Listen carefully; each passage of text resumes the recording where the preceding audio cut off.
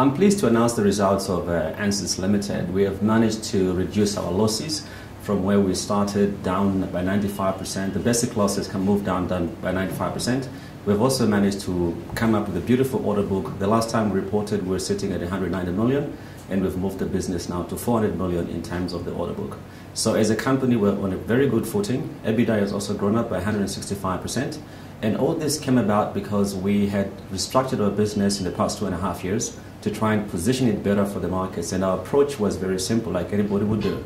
We looked at the markets that we want to play, and we chose our markets very carefully. The next thing we did was to find out how to win in those markets, and then that informed us in terms of how we had to design our business.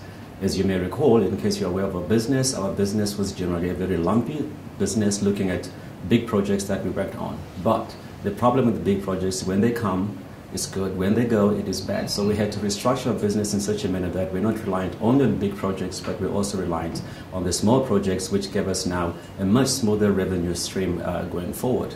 We also had to reduce our cost. We had to remodeling our business. We managed to reduce our cost by 17%.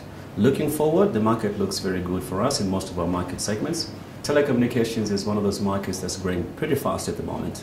If you look at the fiber to the home or fiber to the X rollout that's happening, this is going to continue for probably another 5 to 7 years because of the low levels of penetration of fiber rollout. Also, bandwidth is something that people need because there's huge demand for services, whether smartphones or otherwise. Most of those are beginning to peak. However, when it comes to usage of the network, what the operators are looking for now is to extract more value through machine-to-machine and the Internet of Things.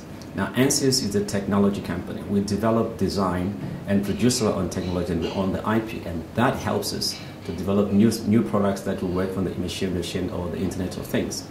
In the railway sector, this is where South Africa is an area where railways is happening pretty big.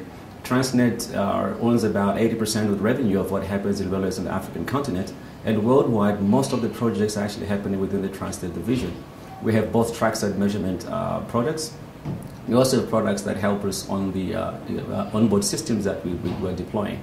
And that market continues to grow. We don't see the rollout diminishing now.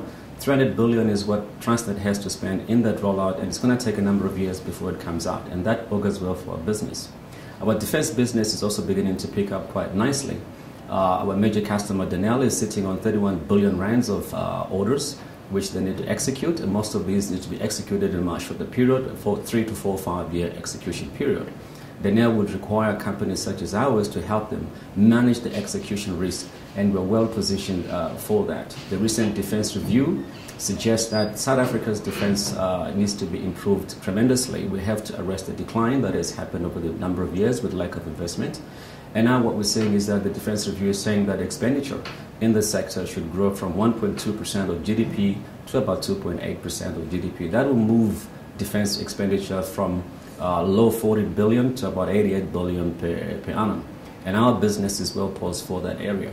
Mining are those sluggish at the moment in terms of the products that we supply mining. They improve productivity, and they also improve the safety, which is needed at any level, particularly with mines that are doing well.